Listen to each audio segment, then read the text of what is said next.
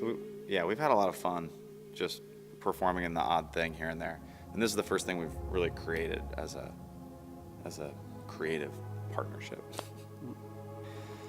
But I like this idea that you're watching something and it kind of gets hijacked by the natural world somehow. And kind of ties in with like a philosophical idea, I guess, that we're so myopic about our lives, and that we think we're, what's going on in front of us, our jobs and our love lives and all of the drama around us is so important. And meanwhile, we're on this giant mud ball hurtling through space. My interest that kind of merged the two main ideas that we put together was that I'm really interested in stories where human beings are killed by wild animals in urban settings. It's just so absurd that that could happen, I guess, because it's in this, concrete city that we've built up. We've made sure that we're far away from animals that can hurt us.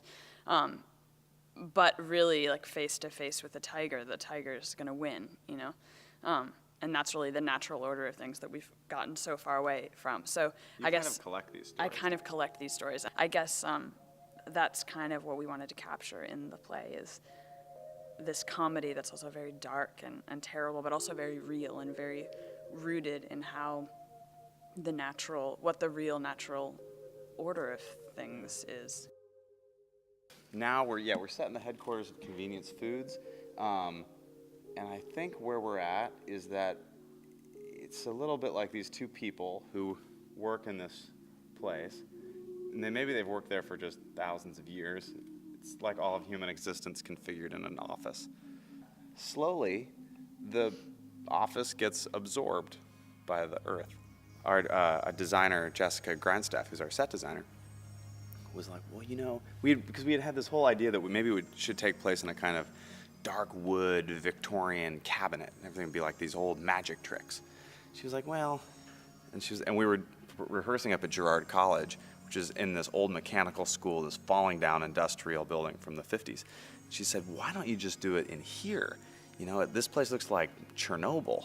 And we're like, Chernobyl? And we started investigating Chernobyl on the internet.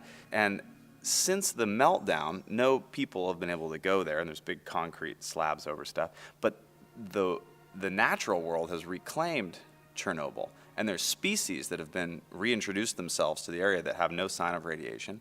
And that were never able to live there when humans were there. Right. Like species that haven't lived there for thousands of years, I guess, or they have no record of them ever living there before. And in a way, it was like a new Eden, that the earth, somehow humans had completely destroyed the world, but free of the blight of but destroyed humanity, themselves. The world totally The world blossoms just again. continues.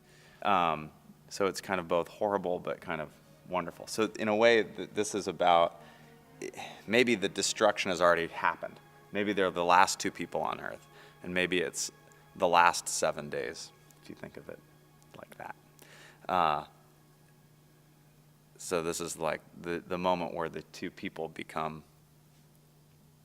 extinct and all of the animals come out. But those are also all, we Still haven't pretty actually theoretical. decided what the logic is of the piece. So that's all just kind of like informing what we're doing. But that, at the end of the day, we might be like, well, maybe they just work in an office. They might just work in an office. We'll have to see. This is... It's a work in progress. Yeah.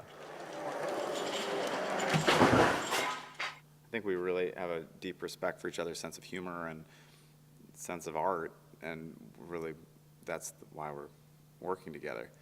The end of the world is on people's minds, but this isn't, it's not really it's kind of a happy ending in a way.